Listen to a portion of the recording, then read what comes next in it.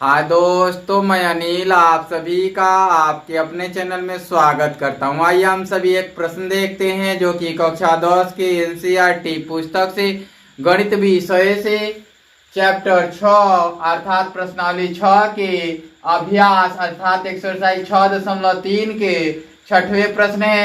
कहता है कि आकृति 6.37 में यदि त्रिभुज ए बी ई सर्वांग सम त्रिभुज ए सी डी हैं तो दर्शाइए कि त्रिभुज ए डी ई समरूप हैं त्रिभुज ए बी सी के। इस त्रिभुज को ए डी ई समरूप है ए बी सी के, बड़े वाले के। तो पहले इसका कॉन्सेप्ट समझिए। कॉन्सेप्ट क्या कहता है? हमने एक ट्रायंगल बनाया, इसका नामकरण किया ए बी सी। ट्रायंगल का माप कुछ भी हो सकता है और यहां से हमने एक लाइन पारा, फिर इसको इससे मिलाया, पुनः इसको इससे मिलाया। यहाँ पे हमने डी लिखा, यहाँ पे ई लिखा। अब कहता है कि ट्रायंगल ए बी ई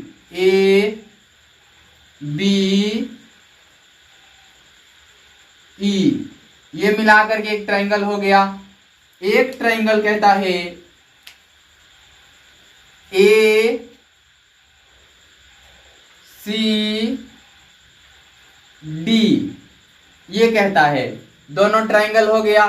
तो देखिए ए सी डी कहता है, ए बी ई कहता है, यानी कि सर्वांगसम होने का अर्थ है कि ये वाली साइड और ये वाली साइड, ये रेड कलर वाली साइड बड़ी वाली, ये पूरा यहां से यहां तक और ये यहां से यहां तक है ना, यहां से यहां तक, ये दोनों बराबर होंगी। सर्वांगसम कहने का मीनिंग ये है।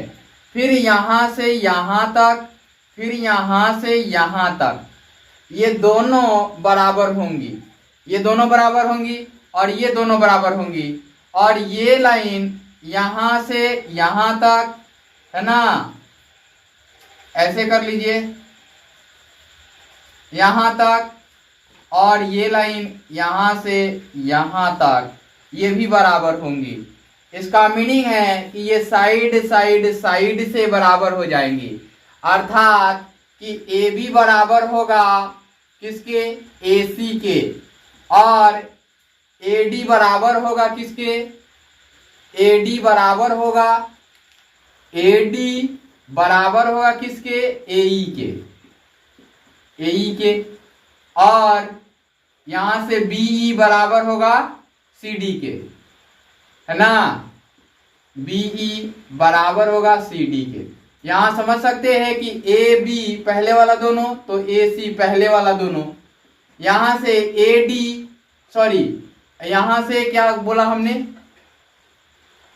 इसका बराबर है, यानी कि यहां से ए ई होगा तब इसका ए डी होगा, तब इसका ए डी होगा। पहला और तीसरा, यहां से भी पहला तीसरा, यहां से बी ई और यहां से सी डी, ये बराबर हो गया। और ये एस से क्या है? सर्वांग सम है। अब ये चीज तो समझ आ गया होगा। तो आइए अब देखते हैं कि ये और ये बराबर है, तो ये वाला एंगल और ये वाला एंगल आपस में बराबर हो जाएगा, बराबर होगा ना।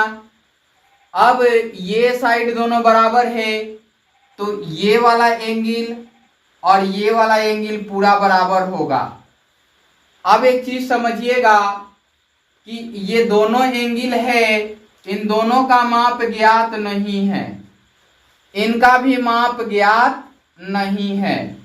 अब एक चीज समझिएगा कि यहां जो लाइन खींचा गया है, इसके बारे में भी ये नहीं बताया गया है कि इनके ये पैरेलल है, यहां ये भी नहीं कहा गया है।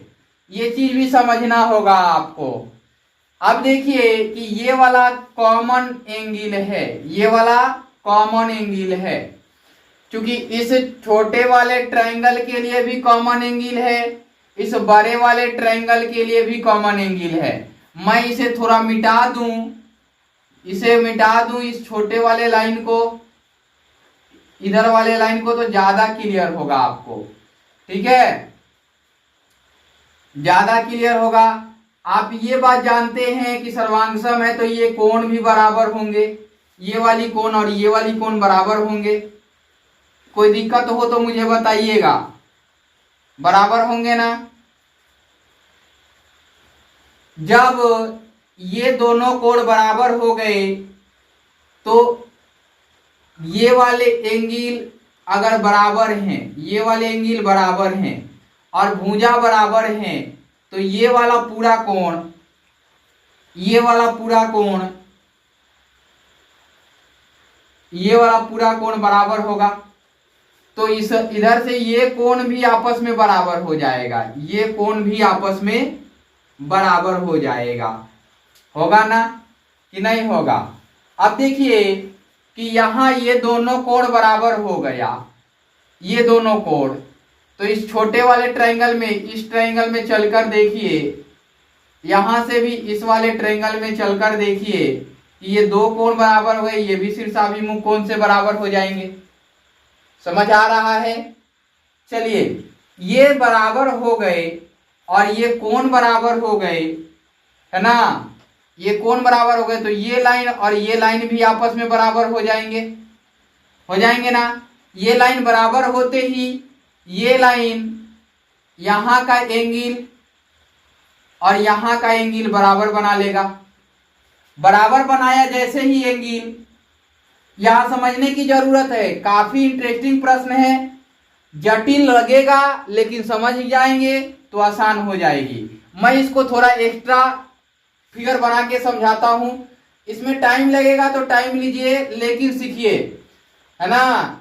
ए बी सी, यहां से ये वाला खींचा आपने। हमने क्या बताया कि ये वाला एंगल आपस में बराबर हैं और ये वाला एंगल भी आपस में बराबर हैं। तो ये बीच का बचा हुआ एंगल जो होगा, ये बचा हुआ जो एंगल होगा, ये भी आपस में बराबर हो जाएगा, क्योंकि ये वाला लाइन और ये वाला लाइन बराबर हैं आपस में, ये वाला लाइन आपस में बराबर है। तो ये कोण आपस में बराबर हो गए तो बीच का बचा हुआ कोण भी बराबर हो जाएगा। ये बराबर हुआ कोण, तो ये लाइन आपस में पैरेलल प्रूफ हो जाएंगे, ये लाइन पैरेलल प्रूफ हो जाएंगे। कोई दिक्कत हो तो मुझे बताइएगा, क्योंकि हमने क्या कहा कि इस लाइन के बारे में, इस ट्रायंगल के बारे में कहा था सोचने के लिए। तो ये लाइन इधर से और इधर से ये लाइन बराबर हो गए तो ये लाइन भी आपस में बराबर हो जाएंगे, ये लाइन भी आपस में बराबर हो जाएंगे, है ना। तो इतना जटिलता से इतनी आसान करने के लिए आपको नजर भी बारीक रखने होंगे। अगर ये कोण दोनों, ये भुजा दोनों बराबर हो गए तो ये वाली एंगल भी आपस में बराबर हो जाएंगी, ये वाली एंगल भी आपस में बराबर हो जाएंगी। इससे क्या पता चलता है कि ये वाली एंगल तो आपस में पहले से बराबर थी ही, ये वाली एंगल आपस में बराबर थी दोनों, और ये दोनों बराबर एंगल, यानी कि ये वाली एंगल और ये वाली एंगल इसके बराबर बनेंगी ना। तो यहां पे समझिए, यहां इसके बारे में ये बताया गया था कि ये क्या है, ये सर्वांगसम है और सर्वांगसम के दोनों शीर्षों को मिलाया गया है और ये बराबर बन गए हैं, ये वाला पार्ट और ये वाला पार्ट बराबर बन गया है ना। तो ये वाला पार्ट भी आपस में बराबर बनेगा, ऐसा भी समझ आ रहा होगा, क्योंकि ये पार्ट अगर आपस में बराबर हो तो ये दोनों पार्ट बराबर हैं आपस में, तो ये वाला पार्ट भी आपस में बराबर होगा, इसमें नो डाउट। समझ रहे हैं या नहीं ये मुझे बताइएगा। ये जटिल हो जाएंगी लेकिन धीरे धीरे समझिएगा, फिगर बना करके आप प्रत्येक फिगर को अलग अलग बनाइएगा, मैं समझा रहा हूं, आप फिगर अलग अलग बनाइए, अलग अलग ड्रॉ करके, जैसे जैसे मैं ये लाइन बता रहा हूं वैसे वैसे एक एक ट्रायंगल बनाइए।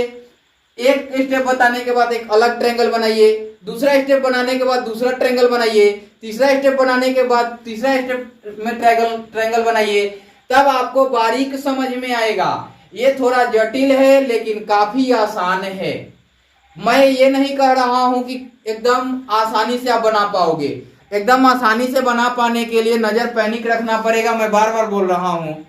तो इसलिए आप लोगों को भी ध्यान रखना हो, जो लोग को वीडियो मिलेगा वो लोग भी समझेंगे कि स्टेप बाय स्टेप ट्रायंगल बनाएंगे। मैं तो बनाने के लिए आपको बना दूं, यहाँ पे इतना समझाने का क्या औचित्य है? यहाँ समझाने का औचित्य है कि ये प्रत्येक पार्ट बराबर हैं, यही मेरा समझाने का औचित्य है। तो एक ट्रायंगल मैंने और ड्रॉ किया, यहां मैंने एक ट्रायंगल और ड्रॉ किया ए बी सी, यहां हमने लाइन खींच दिया, हमने यहां लाइन खींचा, हमने यहां लाइन खींचा, यहां डी कर लिया, यहां ई कर लिया, हमने ये कर लिया ना। अब देखिए कि हमें ये लाइन और ये लाइन आपस में बराबर मिले हैं। अगर हमारे पास ये लाइन बराबर मिले हैं तो ये लाइन भी हमें बराबर मिलेंगे, यानी कि एडी और कौन सा, एडी और बीडी अनुपातिक हैं। यहां एडी और बीडी अनुपातिक हैं और एई और सीई अनुपातिक हैं। ऐसा क्यों आप जानते? चलिए, लाइट कट जाने के कारण थोड़ा सा प्रॉब्लम हुआ, लेकिन समझिए इसको। यहाँ पे हमने बताया कि ये लाइन दोनों बराबर हैं, ये लाइन और ये लाइन बराबर होंगे क्योंकि ये पूरी लाइन बराबर है, यहाँ से यहाँ तक बराबर है, ए बी और ए सी बराबर है, यहाँ देख सकते हैं आप, है ना। तो बराबर है तो ये लाइन निकलने के बाद ये लाइन बराबर ही बचेंगे, बराबर बचने के बाद ये लाइन और ये लाइन अनुपातिक होंगे, ये लाइन भी अनुपातिक होंगे। जब कहता है कि किसी त्रिभुज के, ये किससे कहता है? उसके विलोम से, किसके? थेओस प्रमेय के विलोम से कहता है कि जब किसी त्रिभुज में दो भुजाओं को कोई रेखा, है ना, कोई रेखा दो बिंदुओं पर, मतलब दोनों भुजाओं के पर अलग अलग बिंदुओं पर काटे, तो वो अगर बराबर अनुपात में बांटे तो वो रेखा अपने आप से तीसरी भुजा के क्या होती हैं? समानांतर होती हैं। तो ये लाइन और ये लाइन आपस में समानांतर हो जाएंगे। अब समानांतर हो गए तो ये और ये कोण बराबर हो जाएंगे। अब ये कोण बराबर हो गए तो ये कोण ऑटोमेटिक बराबर हैं, तो ये समरूप साबित हो जाएंगे।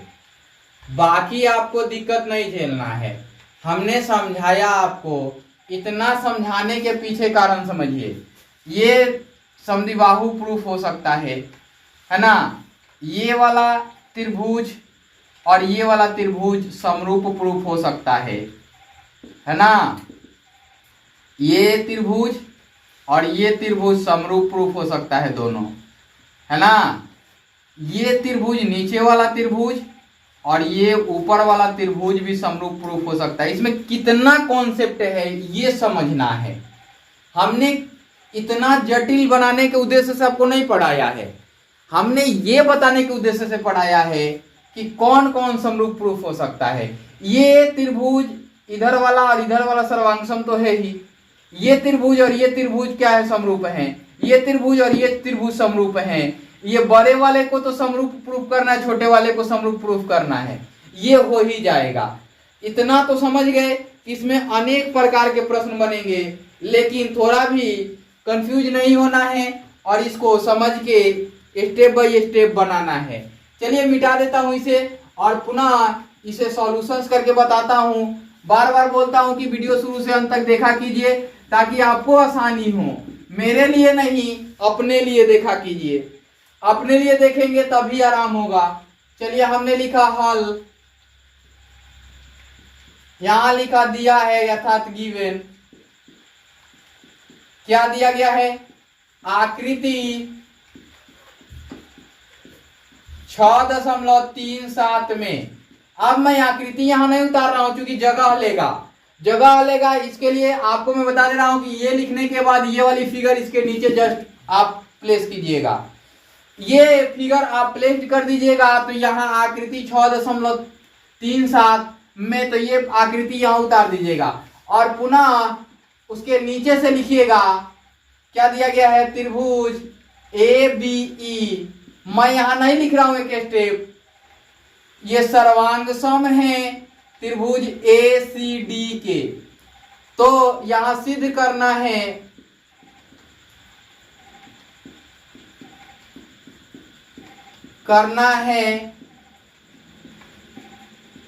ट्राइंगल ADE समरूप है ट्राइंगल ABE के समरूप है। अब एक चीज समझिए मेरे से, यहां पे ये समरूप प्रूफ करना है तो अब आ जाते हैं हम प्रमाण लिखने के लिए। रचना तो करनी नहीं है इसमें क्योंकि ऑलरेडी आकृति दी गई है, तो हम लिखते हैं यहां प्रमाण। प्रमाण अर्थात प्रूफ लिखते हैं। किसमें चलते हैं, ट्राइंगल ABE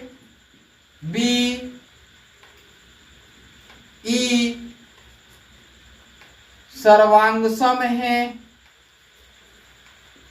त्रिभुज ACD के। यही दिया गया है तो हम लिख लेते हैं, तो यहां से लिखते हैं AB बराबर होगा AC के, यही बराबर होगा। और ये बराबर होगा, यहां बराबर होगा AE बराबर होगा किसके, AD के। और किसके बराबर होगा, BE बराबर होगा किसके, B बराबर होगा आपके CD के। इतना तो हो जाएगा। इतना में कोई दिक्कत हो तो मुझे बताइएगा। दिक्कत है नहीं है। हमने क्या किया कि AB बराबर कर दिया AC के, AE बराबर कर दिया AD के, और यहां से ये बराबर कर दिया BE बराबर कर दिया CD के। इतना में दिक्कत हो तो मुझे बताइए। नहीं ना दिक्कत है। अब इसको इक्वेशंस 1 कर सकते हैं आप, इक्वेशंस 2 कर सकते हैं। ये कहाँ बेनिफिट देगा ये मैं बताऊंगा आपको। इतना कर सकते हैं। इतना करने के बाद आपको ये समझ में आ गया कि ये इस प्रकार से है। तो समीकरण 2 से देखिए कि जब ये वाला पार्ट बराबर हो तो ये वाला पार्ट भी बराबर होगा। तो हम लिख देते हैं, क्या लिखते हैं कि अब समीकरण 1 घटाओ 2 लिख देते हैं। इससे क्या होगा कि AB माइनस के AE बराबर होगा AC माइनस के AD के। अब ये वाला पार्ट ये वाला देगा, क्योंकि AB से AD यहां ये बराबर हैं तो हम बदल के भी लिख सकते हैं। इसके लिए हम क्या लिख सकते हैं कि यहां AE ना लिख करके AD लिख सकते हैं। तो हम लिखते हैं या AB माइनस के AD बराबर AC माइनस के AE। ऐसा किससे हमने लिखा, समीकरण 2 से लिखा। धीरज वो देखिए, समीकरण 2 से लिखा हमने, क्योंकि समीकरण 2 में AE और AD बराबर हैं तो दोनों जगह का रिप्लेस कर दिया। और यहां से हमने AB माइनस AD किया, AB में से AD घटा लिया तो यहाँ BD बच जाएगा। तो ये बच जाएगा क्या, BD इज इक्वल टू क्या बचेगा यहाँ से, CE, यहाँ से CE बचेगा। इसको समीकरण 4 कर लेते हैं। फिर क्या करते हैं हम यहां से समीकरण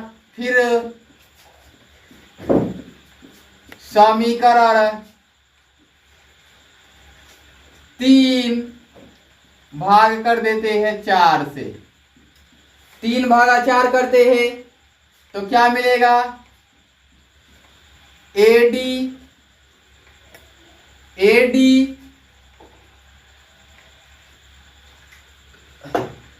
पहले लिखिए AE CE करना है ना। तो यहां से हम कर देते हैं, भागी लगाइए, AD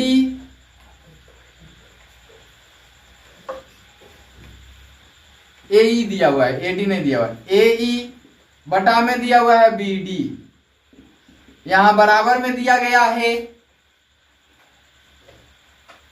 AD बटा में CE। अब एक चीज समझिए कि हमें क्या चाहिए, यहां AE के बटा में हमें AD नहीं चाहिए। अब इसको हम इंटरचेंज करते हैं, एक बार इसको इधर करते हैं, इसको इधर करते हैं।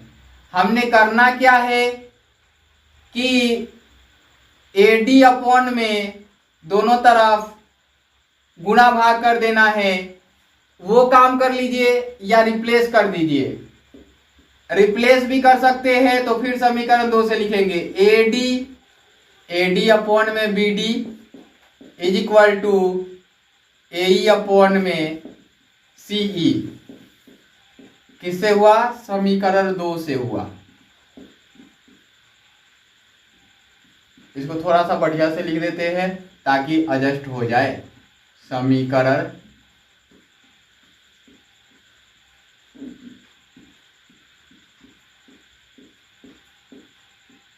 2 से ये हुआ। अब आपने ये देख लिया तो ये थेल्स प्रमेय के विलोम से, अतः DE पैरेलल टू BC किससे होगा भाई, तो ये थेल्स प्रमेय के विलोम से, थेल्स प्रमेय के विलोम से होगा। तो जब ये पैरेलल हो गया तो पुनः हम किसमें आते हैं, पुनः ट्राइंगल ADE, क्योंकि हमें प्रूव करना है, और ट्राइंगल ABC में, है ना, क्या दिया गया है, DE पैरेलल टू क्या दिया गया है, BC। तो क्या होगा, एंगल ए मत लिखिए, ADE ऑलवेज इक्वल टू होगा एंगल किससे, यहां तो ये वाला बराबर हो गया, हम उससे भी प्रूफ कर सकते थे, इसको बड़े वाले से फिर छोटे वाले से, उससे भी कर सकते थे। छोड़ दीजिए, ये मैंने जो लिख दिया उसी से कर देता हूं। बाकी बहुत सारे कॉन्सेप्ट मिलते हैं ज्योमेट्री में और अलजेब्रा में। यहां लिख सकते हैं ABC, है ना, ये हो जाएंगे बराबर, और होंगे क्या, एंगल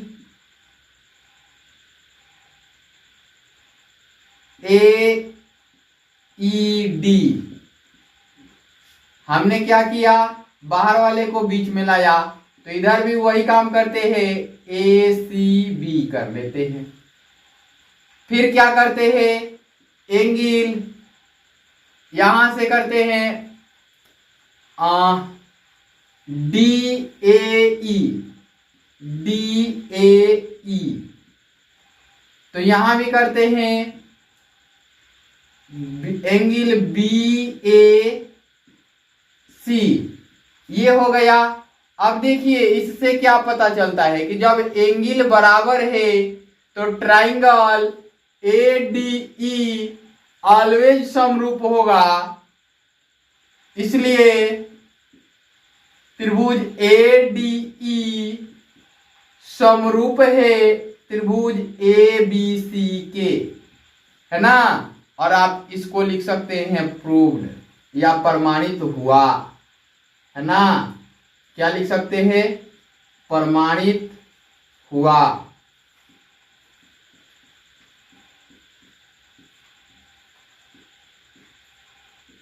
इसको आप लिख सकते हैं और यही आपको प्रमाणित करना था। इस वीडियो में इतना ही, फिर मिलते हैं अगले वीडियो में। Bye bye, take care. Video अंत तक जरूर देखें। कोई बात नहीं।